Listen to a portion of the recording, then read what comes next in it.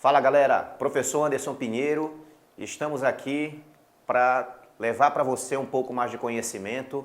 Vamos trabalhar hoje especificamente à frente de Química Orgânica, falando de propriedades físicas de compostos orgânicos. Tá? O nosso foco hoje vai ser trabalhar fundamentalmente a solubilidade e ponto de ebulição de compostos orgânicos. Lembrando que, no momento, a nossa análise ela vai se fundamentar nos hidrocarbonetos, tudo bem? Mas não tem como a gente falar de propriedades físicas de compostos orgânicos sem antes mencionar um dos fatores mais importantes relacionados com essas propriedades aí, que são as chamadas forças intermoleculares. Você sabe que no que diz respeito à formação de uma substância, nós temos essencialmente dois tipos de forças que se manifestam. Aquelas que vão atuar dentro da molécula, ligando átomo com átomo. São as forças interatômicas, como por exemplo, ligação covalente, ligação iônica ou no caso das substâncias metálicas, a chamada ligação metálica, tudo bem? Então as forças que atuam ligando átomo com átomo são as interatômicas. As intermoleculares, como o nome já sugere, vão ter o papel de ligar o quê? Molécula com molécula. Então nas forças intermoleculares, o objetivo é ligar molécula com molécula. Beleza? Bom, as principais forças intermoleculares que a gente precisa recordar aqui, só dando uma pincelada rápida, como eu falei, isso é pré-requisito, tá? É o íon dipolo. Quem mais? As chamadas ligações de hidrogênio ou pontes de hidrogênio. Nós temos também o dipolo-dipolo, também chamado de dipolo permanente. O dipolo induzido, também chamado de forças de London ou ainda forças de Van der Waals. Tá? Vale ressaltar que em termos de intensidade, o íon dipolo é mais intenso do que uma ponte de hidrogênio, que por sua vez é mais intensa que um dipolo-dipolo, que é mais difícil de ser quebrado do que um dipolo induzido. Essa relação entre as forças aqui é essencial para a análise que a gente vai fazer daqui por diante, tudo bem? Agora, é sempre conveniente a gente recordar quando é que cada uma delas se manifesta. Por exemplo, o íon dipolo é o tipo de interação que vai ocorrer toda vez que você tiver a presença de um grupo iônico na presença de uma molécula polar. Molécula polar. Por exemplo, quando você mistura, vamos supor, cloreto de sódio e água.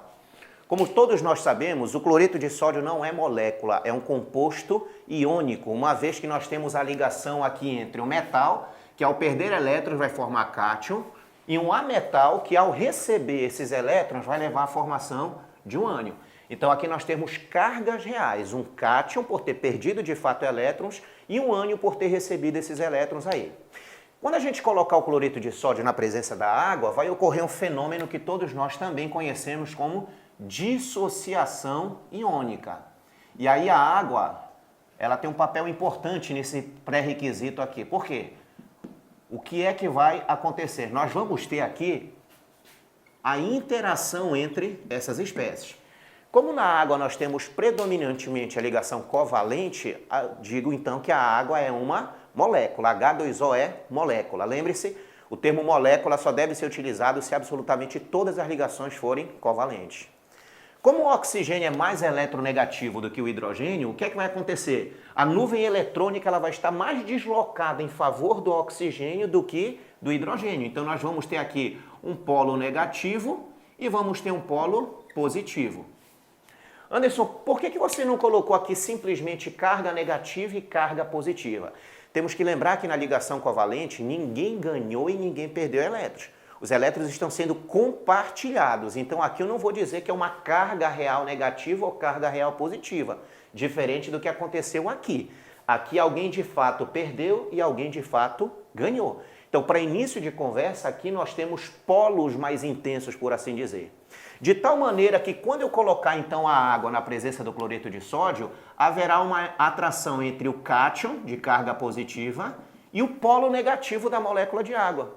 E vice-versa. O íon negativo cloreto vai ser atraído pelo polo positivo, no caso da água, que é o hidrogênio.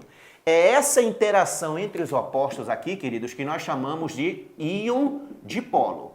Tudo bem? Então essa é a interação entre o grupo iônico e a molécula polar, beleza? A ponte de hidrogênio, por sua vez, ela vai ocorrer toda vez que nós tivermos quem?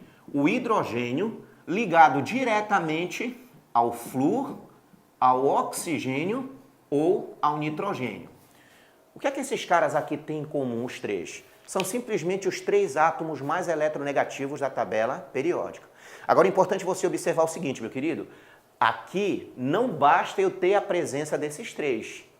Tá? Para que se manifeste a ponte de hidrogênio, é necessário que o hidrogênio esteja diretamente ligado a um desses três caras aqui. Eu vou te dar um exemplo. Vamos imaginar, por exemplo, aqui a molécula da propanona. Tudo bem? Nós temos aqui uma estrutura em que há a presença de hidrogênio e há a presença de oxigênio. No entanto, essa molécula aqui não será capaz de efetuar a ponte de hidrogênio com moléculas semelhantes a ela. Por quê? Porque eu não tenho hidrogênio ligado diretamente ao oxigênio. Então, como eu mencionei ainda há pouco, não basta a presença desses caras, é necessário que estejam diretamente ligados. Por exemplo, vamos imaginar o que acontece no caso da própria molécula de água. Nós temos aqui o oxigênio, o hidrogênio, hidrogênio. Aí outra molécula de água se aproxima dela. Tudo bem? Aí eu perguntaria para você, posso agora dizer que isso aqui é uma ponte de hidrogênio? Já que eu tenho o hidrogênio ligado diretamente ao oxigênio? Talvez alguém diga sim, isso é uma ponte de hidrogênio. Eu digo não. Isso aqui é uma ligação covalente. Afinal de contas, é uma ligação entre átomo e átomo formando a molécula. Isso é importante de você compreender, tá? Nesse caso aqui, eu não digo que a molécula tem ponte de hidrogênio. O apropriado é dizer que a molécula é capaz de executar a ponte de hidrogênio. Veja bem, polo negativo, polo positivo. Polo negativo, polo positivo. O que é que vai acontecer? Os opostos vão se atrair. Isso aqui, meu querido, é a ponte de hidrogênio. Então é importante você saber que a ponte de hidrogênio, ela mantém moléculas unidas entre si e não átomos. O que mantém átomo ligado entre si é uma ligação covalente, uma ligação iônica, uma ligação metálica, enfim, tá? Mas nós estamos falando aqui de forças entre moléculas, ou seja, forças intermoleculares, tudo bem? Então, reforçando, eu não vou ter meramente a presença do hidrogênio, do flúor, do oxigênio, do nitrogênio para garantir a ponte de hidrogênio. É necessário que eles estejam diretamente ligados. Anderson, mas o que você falou bem aqui é igual ao que aconteceu aqui. É verdade. É uma atração entre opostos. Mas perceba, com uma intensidade diferente. Porque aqui eu tive uma atração entre carga real e polo. Aqui eu não tenho cargas reais porque ninguém de fato ganhou nem perdeu hidrogênio, aliás, elétron. É por isso que o íon de polo é mais intenso do que a ponte de hidrogênio. Tranquilo? Registrou essa informação? Perfeito. Então, recapitulando, o íon de polo ele vai se manifestar quando você tiver um grupo iônico na presença de uma molécula polar. A ponte de hidrogênio ela vai acontecer quando você tiver o hidrogênio ligado diretamente ao flúor, ao oxigênio ou ao nitrogênio. E no caso do dipolo-dipolo? O dipolo-dipolo é o que vai manter ligado entre si moléculas de natureza polar. Moléculas polares. Tá? Claro, desde que não ocorra a ponte de hidrogênio. Ah, quer dizer que uma molécula que faz ponte de hidrogênio não pode fazer dipolo-dipolo? Não foi isso que eu disse. Podem acontecer as duas. O que eu estou falando é na identificação do dipolo-dipolo especificamente. Vou deixar claro aqui para ti, tá? Já registrou essa informação? Vou apagar aqui porque eu estou precisando de espaço. Beleza? Então vamos dar uma olhadinha aqui. Olha o que acontece, por exemplo, naquela situação que eu coloquei ainda há pouco, da propanona. Tá? Vamos analisar aqui. Propanona. Beleza? Você observa que nós temos hidrogênio, temos oxigênio, mas não há possibilidade dela efetuar ponte de hidrogênio com outra molécula semelhante a ela, porque eles não estão diretamente ligados. No entanto, como o oxigênio é mais eletronegativo que o carbono, haverá a formação de um polo negativo e aqui de um polo positivo, correto? Quando eu colocar outra molécula de propanona nas vizinhanças dessa primeira aí, olha que interessante. nós vamos ter a formação de um polo positivo e a formação de um polo negativo. Temos então uma molécula polar, mas que entre uma semelhante a ela é incapaz de executar ponte de hidrogênio. Então, essa atração entre os opostos aqui é que nós chamamos de interação do tipo dipolo ou dipolo permanente. Tá? Então, vamos lá, para não ficar muita coisa acumulada. Íon dipolo, grupo iônico com molécula polar. Ponte de hidrogênio, hidrogênio ligado diretamente a flúor, oxigênio ou nitrogênio. Dipolo vai atuar ligando moléculas de natureza o quê? Polar. Tranquilo?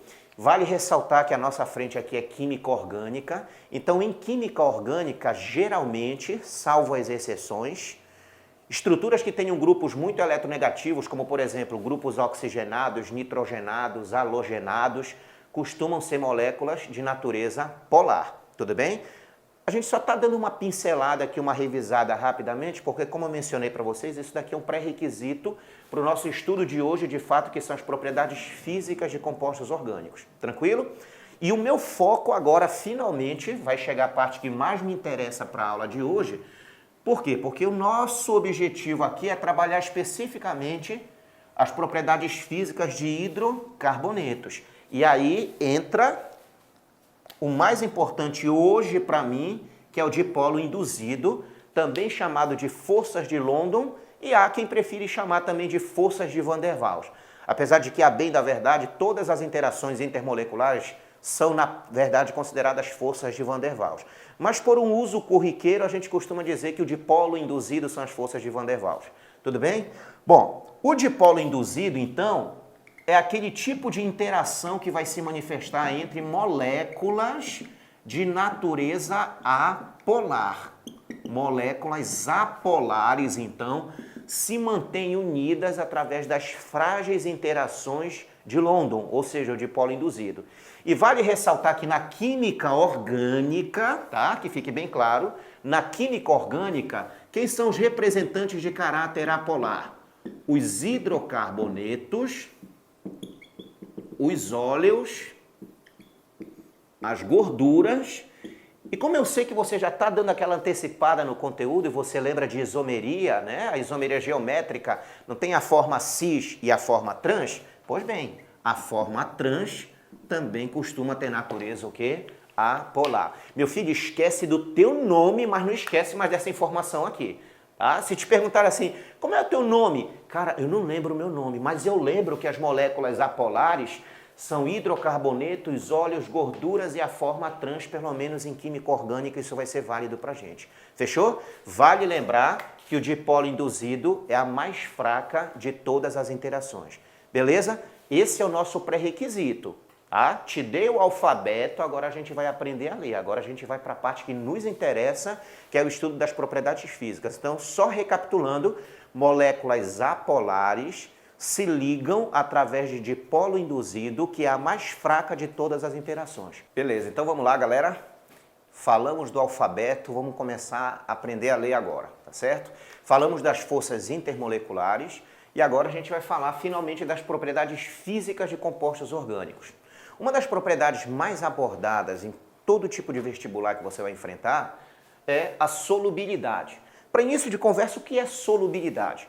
Solubilidade é a capacidade que uma substância tem de se dispersar, de se disseminar no seio de outra substância. É importante você lembrar que as propriedades físicas elas são propriedades experimentais. Ou seja, eu não posso olhar para uma substância qualquer e dizer, baseado na fórmula dela, quanto é o ponto de fusão ou quanto é o ponto de ebulição dessa substância. Não, isso daí são fatores experimentais, eles são medidos em laboratório e registrados. A nossa análise, portanto, aqui não é quantitativa, ela é qualitativa.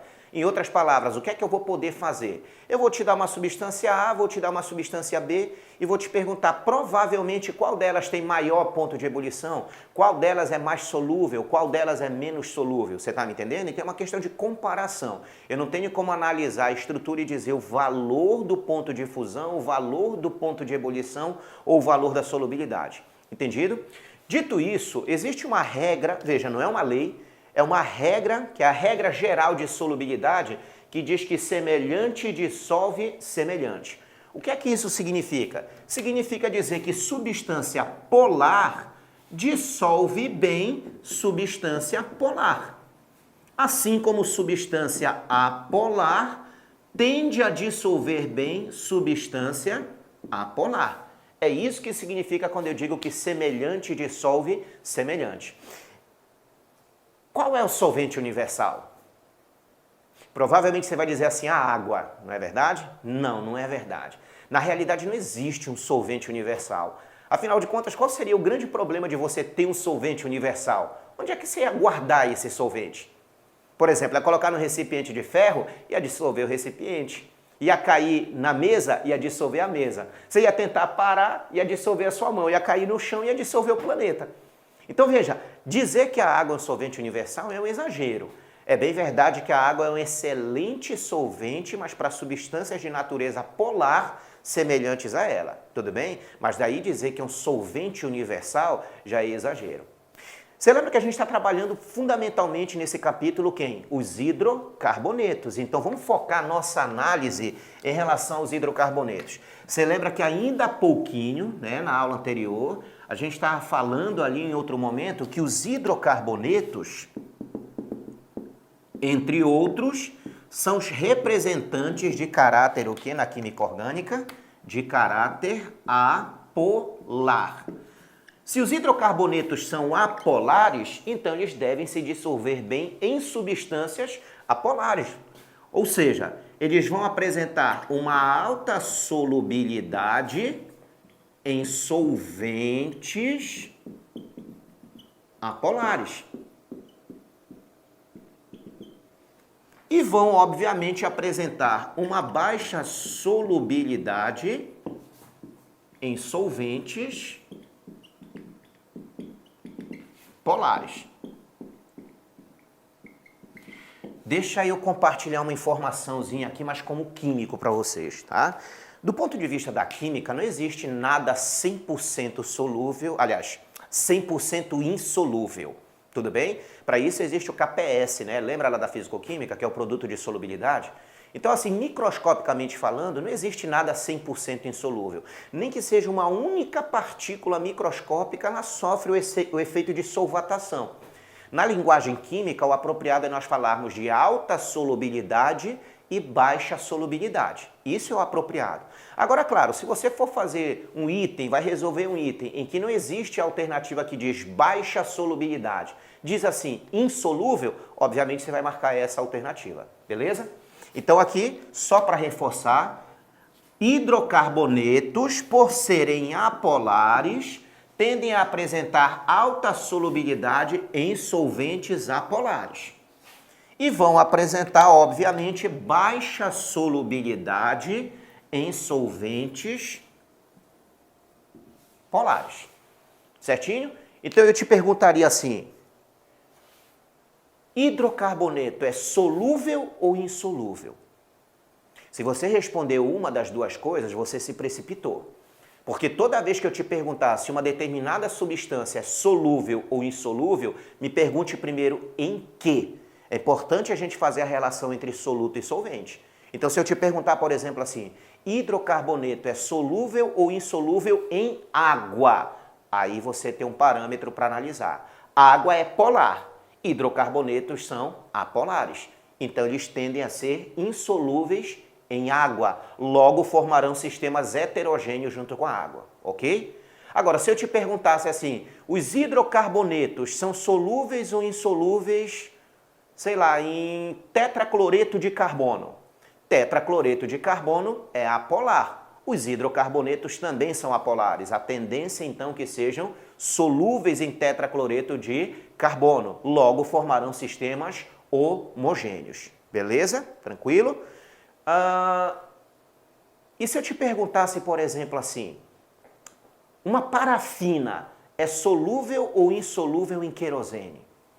Aí você deve estar se perguntando, peraí, mas qual é a fórmula da parafina, Anderson? Como é que eu vou poder responder? Qual é a fórmula do querosene? É aí que o nosso conhecimento cotidiano pode nos ajudar, tá? Quer dizer, o conhecimento cotidiano e o conhecimento químico em si. É bom você lembrar que parafina é sinônimo de alcano. Então eu não preciso te dar a fórmula da parafina. Se a parafina é um alcano, alcanos são hidrocarbonetos de cadeia aberta e saturada. Portanto, se eu estou falando de uma parafina, eu estou falando de um alcano. Se é um alcano, é um hidrocarboneto, portanto é apolar. Aí o querosene, Anderson, qual é a fórmula do querosene? Vamos pensar um pouquinho aqui. Querosene é um derivado do petróleo. Você já ouviu falar em derramamento de petróleo nos oceanos? O petróleo, quando derrama no oceano, ele se dissolve na água? Não, né? Ele fica superficialmente ali na água, na superfície da água, correto? Isso quer dizer que ele não é semelhante à água. Se a água é polar, então o petróleo deve ser o quê? Apolar. E todos os derivados do petróleo, entre eles o querosene, são apolares. Então, recapitulando, uma parafina, por ser um alcano e, portanto, um hidrocarboneto, é solúvel em querosene, já que o querosene é um derivado do petróleo e o petróleo é apolar. Beleza? Então, agora o que é que você vai fazer? Você vai trabalhar os seus exercícios propostos aí no seu cadernão, beleza? Vai direcionar para análise de propriedades físicas. Tudo bem? Ah, mais uma coisinha que vai te ajudar certamente na resolução do teu exercício. Você consegue tirar gordura da sua mão só com água? Não, né? O que é que isso quer dizer? Que não são semelhantes. Por quê? A água é polar. E como eu te falei ainda há pouco, hidrocarbonetos, óleos, gorduras e a forma isomérica trans são apolares. Bem, só com água eu não tiro gordura. Do que é que eu vou precisar para tirar gordura da minha mão? Eu vou precisar de um sabão ou de um detergente. Aí você vai pensar assim, bom, então detergente tira a gordura da mão. Portanto, ele solubiliza a gordura. Então, o detergente é apolar, correto? Beleza. Só que agora tu tens dois problemas na tua mão. Antes era só a gordura. Agora é gordura com detergente. Como é que você vai tirar os dois? Água. Aí você vai pensar, peraí, mas não é contraditório? A água não tirou a gordura porque a gordura é apolar e a água é polar. O detergente dissolveu a gordura. Então, ele é apolar. Como é que a água vai tirar então o detergente? Vou te explicar. Uma coisa que os detergentes e os sabões têm em comum, apesar de que isso a gente vai trabalhar posteriormente em aulas específicas para sabões e detergentes, mas é bom você saber desde já. Tanto o sabão quanto o detergente, eles têm uma característica em comum, em termos estruturais. Eles têm uma longa cadeia hidrocarbônica com uma extremidade iônica. Se essa longa cadeia é hidrocarbônica, então ela é semelhante a um hidrocarboneto, portanto ela tem caráter o quê? Apolar. Já a extremidade, por ser de natureza iônica, tem caráter polar. Então tanto um sabão quanto um detergente vão ter basicamente esse formato aqui. Quando você ensaboa a sua mão, quando você passa um detergente, o que é que acontece? A parte apolar captura as partículas de natureza apolar, como os óleos e a gordura. E aí, quando você liga o fio de água corrente, o que é que acontece? A água, por ser polar, interage com a extremidade polar. Você lembra que uma interação entre grupos de natureza polar é mais forte do que uma interação entre grupos apolares. Então, essa estrutura toda acaba sendo arrastada pela água. É dessa maneira que se dá a ação de limpeza de um sabão ou um detergente. Ou seja, a parte apolar, que nós também chamamos de hidrofóbica, interage com as estruturas apolares. Enquanto que a estrutura, ou melhor, a extremidade polar, ou também chamada hidrofílica, interage com a água e acaba sendo arrastada juntamente com o restante da estrutura e dessa maneira garantindo a ação de limpeza. É importante você verificar que aqui não houve uma reação química. A ação de um sabão ou de um detergente, ela se dá por uma natureza física de solubilização, tá? Então aqui, para finalizar essa análise aqui, veja, tanto o sabão quanto o detergente, eles podem então interagir muito bem, tanto em meios polares quanto em meios apolares. Anderson, como é que a gente chama uma substância que pode se solubilizar bem, tanto em meio polar quanto em meio apolar? É uma substância de natureza anfifílica, tá? Não esqueça disso. Uma substância anfifílica é aquela que se solubiliza tanto em meio polar quanto em meio apolar. Cuidado para não confundir com anfótera. Uma substância anfótera é aquela que interage tanto em meio ácido quanto em meio básico.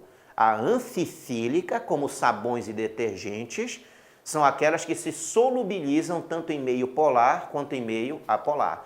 Vale ressaltar, os detergentes costumam ser chamados também de agentes tensoativos sintéticos. Você vai ver que essa expressão ela vai te ajudar na resolução de alguns exercícios aí do teu material. Vamos para cima.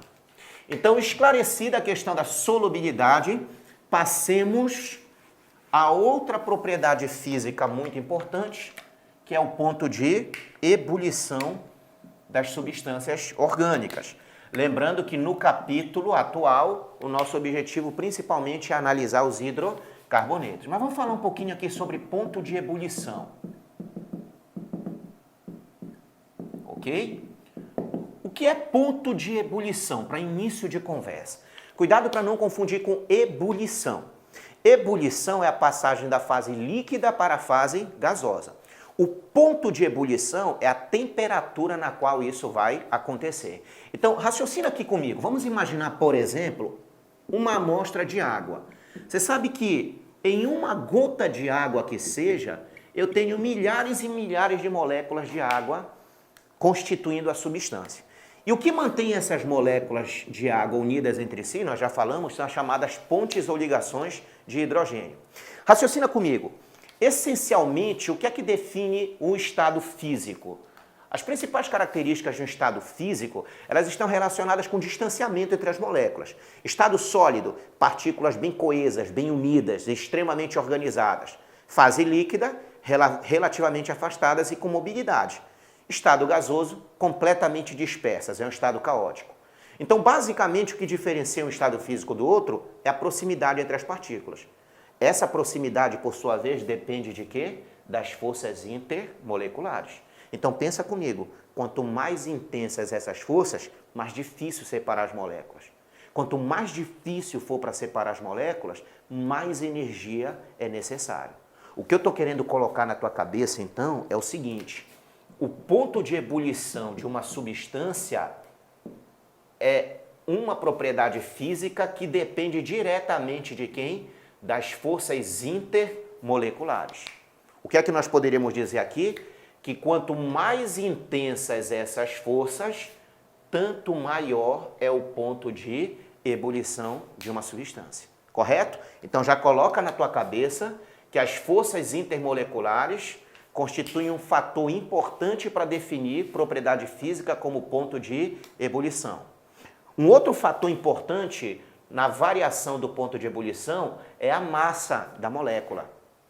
De tal maneira que quanto maior é a massa da molécula, tanto maior é o ponto de ebulição também. Tá? Então, quando perguntarem para você do que é que depende o ponto de ebulição de uma substância química, depende fundamentalmente de dois fatores, das forças intermoleculares e da massa. Quanto mais pesada e quanto mais intensa as forças intermoleculares, maior é o ponto de ebulição. Lembre-se que no momento nós estamos falando de quem? De hidrocarbonetos. Então, vamos agora direcionar a nossa análise para os hidrocarbonetos. Você lembra que a gente falou que os hidrocarbonetos têm caráter o quê, querido? Tem caráter apolar, não esqueça disso. Hidrocarbonetos são apolares. Se eles são apolares, o que é que isso significa? Significa que todos eles executam o chamado de polo induzido. Tudo bem? Lembre-se, o ponto de ebulição, ele depende de quê? Das forças intermoleculares e da massa. No caso dos hidrocarbonetos, o que é que eles têm em comum? Todos têm a mesma força intermolecular. Isso significa dizer, então, que no caso dos hidrocarbonetos, eu vou poder analisar o ponto de ebulição em função simplesmente de quem? Da massa, já que todos têm a mesma força intermolecular. Então vamos lá, como eu estava falando para vocês aqui, no caso dos hidrocarbonetos, o ponto de ebulição vai depender essencialmente de quem? Da massa. Em outras palavras, aquela molécula mais extensa terá o maior ponto de ebulição. já que eles têm a mesma força intermolecular. É importante a gente lembrar, inclusive, que alcanos, por exemplo, que tem de 1 a 4 átomos de carbono, tendem a se apresentar em fase o quê? Gasosa. Já aqueles que têm de 5 até 17 átomos de carbono, tendem a se apresentar em fase o quê? Líquida. E aqueles em que o número de carbonos é maior ou igual a 18, tendem a se apresentar em fase o quê? Sólida. Tudo bem? Você observa que à medida que a cadeia foi se tornando mais pesada, o estado físico foi modificando. Por quê? Porque fica mais difícil atingir o ponto de ebulição. Fechou? Beleza? Agora existe uma situação interessante, olha só. Vamos imaginar que eu estivesse comparando aqui a estrutura do butano, que é um dos componentes do gás de cozinha, tudo bem? Com a estrutura do metilpropano. Ok? Vamos lá. Hidrocarboneto, hidrocarboneto. Apolar, apolar. Isso quer dizer que eles possuem o quê? A mesma força intermolecular, como eu já havia mencionado. Agora, olha que curioso. 4 carbonos, 4 carbonos. 10 hidrogênios, 10 hidrogênios. Esses caras também possuem o quê? Possuem a mesma massa. Você lembra como é o nome desse fenômeno aqui? Compostos diferentes, mas que têm a mesma força molecular, são isômeros. Com base no que eu expliquei ainda há pouco, o ponto de ebulição depende tanto da força quanto da massa. Haveria de se esperar que esses caras então tivessem o mesmo ponto de ebulição, correto? Mas não é o que acontece. Essa cadeia é normal e essa cadeia é ramificada. O que se observa experimentalmente é que esses dois compostos eles têm ponto de ebulição diferentes. Tudo bem? Deixa eu caçar um pouquinho de espaço aqui.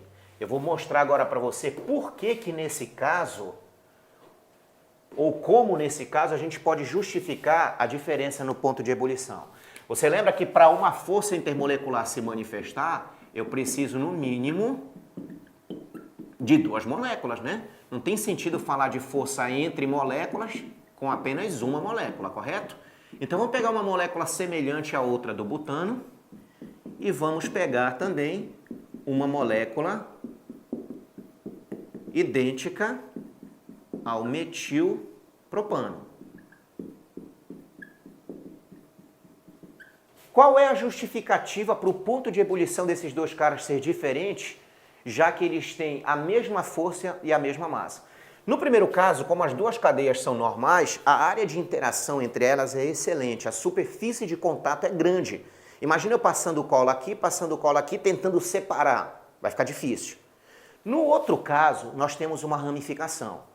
Se por um lado esses dois carbonos aqui interagem tão bem quanto aqui em cima, a consequência da boa interação entre eles é o grande distanciamento entre os outros carbonos. É como se agora o meu polegar fosse uma ramificação. Olha só, a área de contato agora ficou limitada apenas ao meu polegar, não mais a palma toda, como eu mostrei ainda há pouco. Tá? Então, se eu perguntasse para você, em qual das duas situações é mais difícil separar as moléculas? Certamente você vai dizer que é nessa, porque a área de contato é maior. Se é mais difícil separar, qual é a conclusão que a gente chega? Então vai demandar mais energia. Se demanda mais energia, eu preciso de uma temperatura mais alta. Qual é a conclusão então que nós chegamos? Nós chegamos à seguinte conclusão, que quanto maior for o número de ramificações, menor será o ponto de ebulição. Agora fica ligado num pequeno detalhe. Isso aqui só deve ser levado em consideração se, como diriam meus colegas da matemática, se e somente se der empate tanto na força quanto na massa. Você não vai olhar para duas estruturas e compará-las, essa é mais ramificada, menos ramificada e já chegar numa conclusão. Não.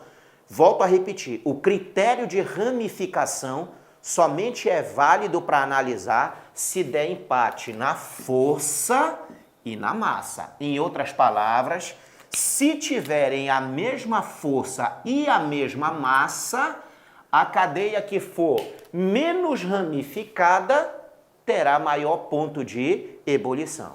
Fechou? Tranquilo? Então agora é com você. Para cima dos exercícios e arrebenta. Vamos lá.